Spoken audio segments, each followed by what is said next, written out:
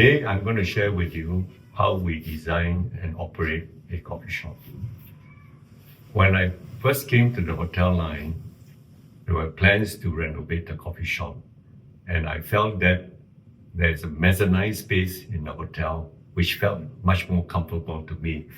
But because the kitchen cannot be located there, there was a lot of resistance to that idea. On the day that the coffee shop was being renovated, we had to move the temporary coffee shop. So guess where it went? It went to the mezzanine space.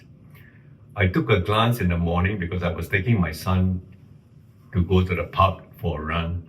And I looked at it and I said, wow, I think my sixth sense is correct. So right after we came back from the run, I decided to sit there and spend the whole day asking all our customers which location they prefer as a coffee shop.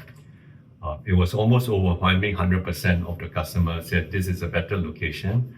And I can sort of figure out why, because on one side you can see who are arriving, and on the other side you can see who is checking in, checking out. It's more like a gossip place.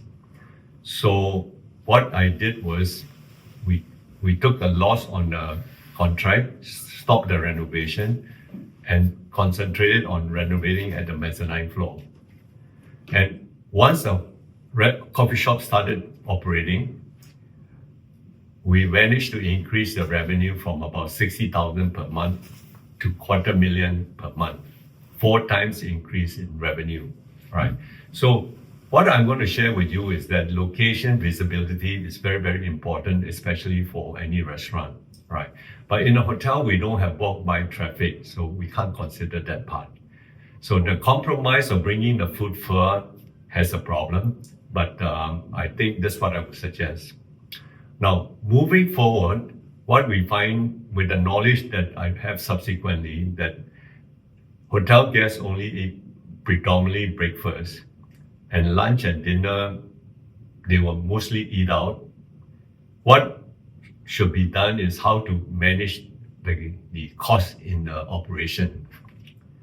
Typically, a coffee shop will have 3 types of cuisine: an Asian cuisine, predominantly Chinese, wok range, a Western cuisine, Western cooking range, and then maybe a pizza station. So 3 stations.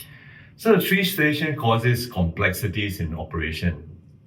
The chef for each area cannot help each other. In fact, we had a Bintulu hotel one day where the pizza station ran out of pizza sauce. So guess what happened? The immediate station was a Chinese station. They lent the pizza station the red sweet Chinese sauce, and we had the biggest complaint of our life. But what we are now finding is that lunch and dinner should support the banqueting or meeting business. And we find that it is better to design a coffee shop with small cooking station that are fresh a la carte. You have somebody cooking, and then the food is very freshly cooked for the guests, and they love it because it's of higher quality. Second part is that the food wastage is reduced because there's a minimum mise en place at the beginning of each session, and at the end of the session is also minimal, right? And for meeting and seminar business, we start with the budget of the company, and we find that okay, they can only afford 5 stations. Then we only open 5 stations. So depend on how big it is, it's 5 to 10 stations, right?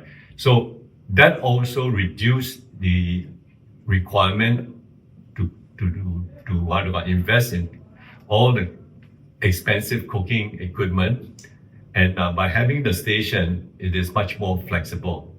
It's the same thing we do when we have a buffet, right? We also control portion. So when the guests come, we may not open all stations at the beginning, half an hour, and as more guests come, we then open the full station. This is especially true of breakfast.